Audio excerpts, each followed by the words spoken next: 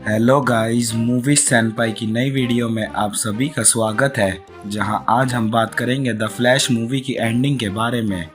इससे आगे वीडियो में काफ़ी हैवी स्पॉयलर्स होंगे, तो ये आपकी स्पॉइलर वार्निंग थी। तो चलिए शुरू करते हैं।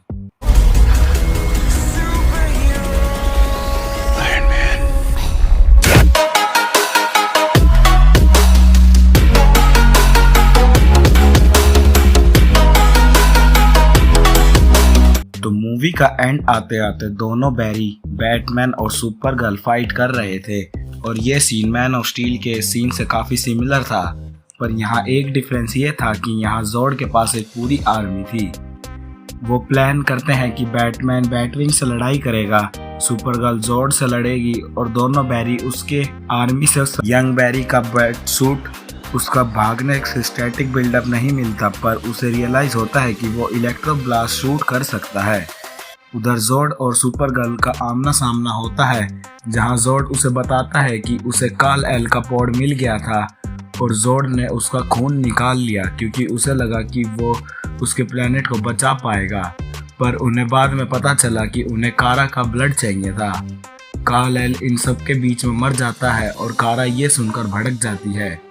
उधर बैटमैन और फ्लैश भी फाइट कर रहे थे, पर ये ज़्यादा देर तक नहीं चलता क्योंकि बैटमैन को आसमान से गिरा दिया जाता है और जोड सुपर गर्ल को निपटा देता है और दोनों की डेथ हो जाती है।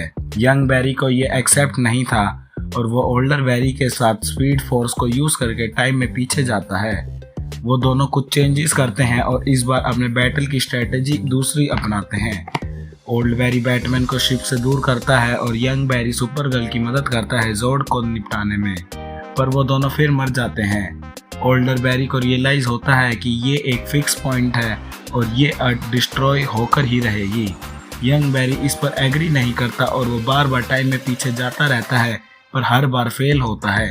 यंगर बैरी अब काफ़ी वीक होने लगा था और वो उनके अटैक को डॉज भी नहीं कर पा रहा था। यंगर बैरी का हीलिंग फैक्टर उसे अलाइव रख रहा था, वहीं ओल्डर बैरी जो अभी भी स्पीड फोर्स में था उस पर कोई अटैक करता है। ये वही मिस्टीरियस फिगर थी जिसने बैरी पर स्टार्टिंग में अटैक किया था, जिस पर रिवील होता है कि ये यंगर बैरी ही था जिसकी बॉडी क्रिप्टोनियन आर्मर से कवर हो चुकी थी और उसका सूट पूरा ब्लैक हो चुका था। ये बैरी सालों से सुपर गर्ल और बैटमैन की डेथ को रोकने की कोशिश कर रहा था ताकि वो अपनी अर्थ को बचा सके। हमारे ओल्डर बैरी को रियलाइज होता है कि वो कितना गलत था क्योंकि बैटमैन ने उसे समझाया था कि वो इन लॉस से ही ऐसे बनते हैं। यंगर बैरी फिर एक बार स्पीड फोर्स में आता है और ओल्डर बैरी को कन्विंस करने की कोशिश करता है।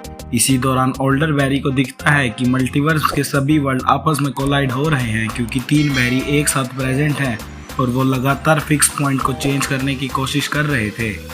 इससे मल्टीवर्स फॉल होने लगता है, जिसके दौरान हमें काफ़ी सारे सीजी कैमियोस देखने को मिलते हैं। सबसे पहले हमें जे गैरिक का फ्लैश और जॉर्ज रीव्स का सुपरमैन देखने को मिलता है गोल्डन एरा से, जो कि ब्लैक एंड वाइट में थे।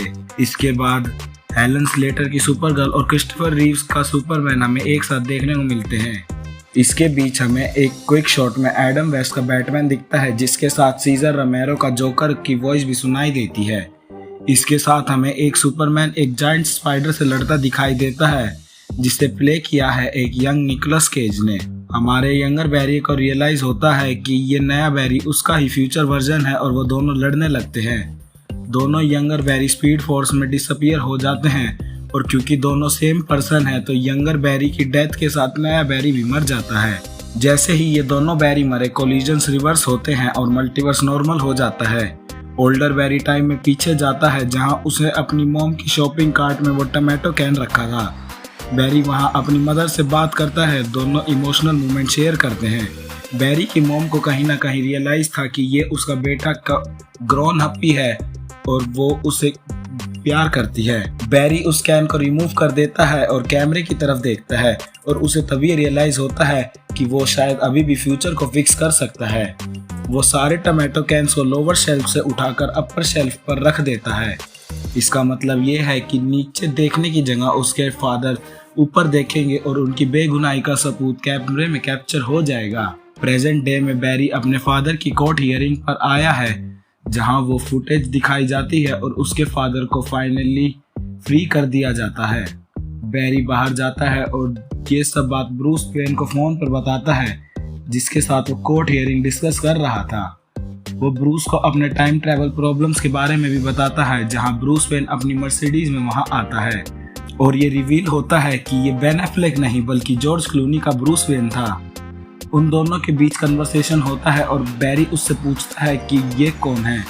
ब्रूस वेन उसे कहता है कि तुम्हें पता है बैटमैन है, पर तुम ऐसे पब्लिक में क्यों चिल्ला रहे हो। इसका मतलब ये हुआ कि एजरा मिलर का फ्लैश जॉर्ज क्लूनी के बैटमैन यूनिवर्स में आकर फंस चुका है, जिसके साथ क्रेडिट्स रोल होने लगते हैं। तो आपको द फ्लैश मूवी की एंडिंग कैसी लगी कमेंट कर बताएं और हमारे साथ शेयर करें कि क्या जॉर्ज क्लूनी का यूनिवर्स बैटमैन एंड रॉबिन वाला यूनिवर्स ही है या फिर ये मल्टीवर्स का कोई और यूनिवर्स है जिसमें जॉर्ज क्लूनी बैटमैन है और एजरा मिलर का फ्यूचर अब आगे क्या होगा। और ऐसी ही वीडियोस के लिए चैनल को सब्सक्राइब करना भी ना भूलें। Struggle with every step, and I cannot get away.